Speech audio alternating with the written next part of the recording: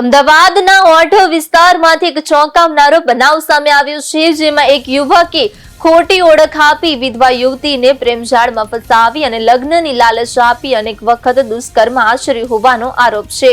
પોલીસે આરોપીની ધરપકડ કરી છે. ઓઢવ વિસ્તારમાં રહેતી વિધવા યુવતી જે નવરંગપુરામાં ગર્લ્સ હોસ્ટેલમાં ગૃહ માતા તરીકે નોકરી કરે છે, તે રોજ એએમટીએસ બસમાં અવરજવર કરતી હતી. આ દરમિયાન બસના ડ્રાઈવર તરીકે કામ કરતો મોહસિન ખાન અહેમદ ખાન પઠાણ પોતાનું નામ મોહિત પટેલ બતાવી યુવતી સાથે મિત્રતા વધારી હતી. ધીરે ધીરે મિત્રતા પ્રેમ સંબંધમાં ફેરવાઈ ગઈ હતી અને આરોપીએ પોતે હિન્દુ હોવાનો ભાસ પેદા કરી યુવતીને લગ્નનું વચન આપ્યું. આ વિશ્વાસને આધારે આરોપીએ યુવતી સાથે અનેક વખત દુષ્કર્મ આચર્યું હોવાનો આક્ષેપ છે.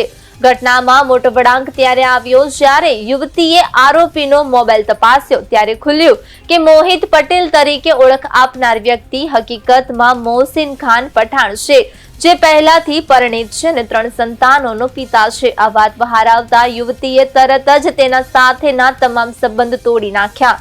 થોડા સમય બાદ આરોપી ફરીથી યુવતી પર સંબંધ રાખવા માટે દબાણ કરવા લાગ્યો.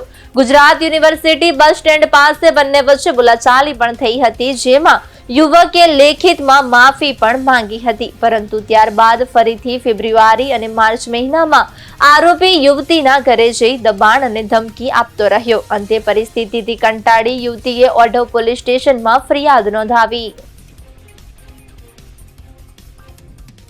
ઓઢવ પોલીસ સ્ટેશનમાં એક મહિલા દ્વારા ફરિયાદ આપવામાં આવેલી છે કે જેમાં જે આરોપી છે જેનું નામ છે મોહસિન ખાન અહેમદ ખાન પઠાણ.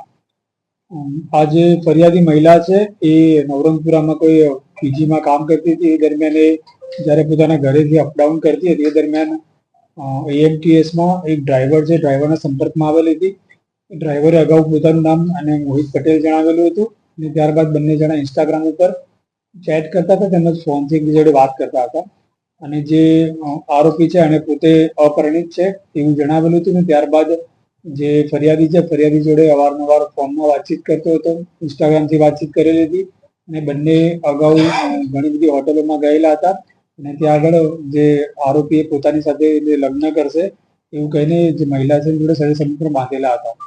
ત્યારબાદ જે ફરિયાદી મહિલા છે અને આ બાબતે શક જતા એણે જે આરોપી છે આરોપીનો ફોન ચેક કર્યો, એમાંથી એની જે બહેન છે એનો નંબર મળેલો હતો અને એની બહેનને ફોન કરીને જ્યારે પૂછ્યું ત્યારે ખબર પડી કે જ્યાં પોતાને મોહિત પટેલ નામ જણાવી રહેલો છે તેનું ઓરિજિનલ નામ મોહસિન ખાન અહેમદ ખાન પઠાણ છે અને તે પોતે પરિણીત છે અને તેને 3 બાળકો છે. જે બાબતે મહિલાએ પેલાને જણાવતા જે આરોપી છે આરોપી અગાઉ અને ધમકીઓ આપેલી હતી અને ત્યારબાદ મહિલાએ પોલીસ સ્ટેશનમાં ફરિયાદ આપવા એણે ફરિયાદ લીધેલી છે. અગાઉ આ લોકો જ્યારે પણ હોટલમાં જતા હતા ત્યારે પણ જે આરોપી છે આરોપી પોતાનું મોહિત પટેલના નામનું આધાર કાર્ડ આપતો હતો અને યુઝ કરતો હતો.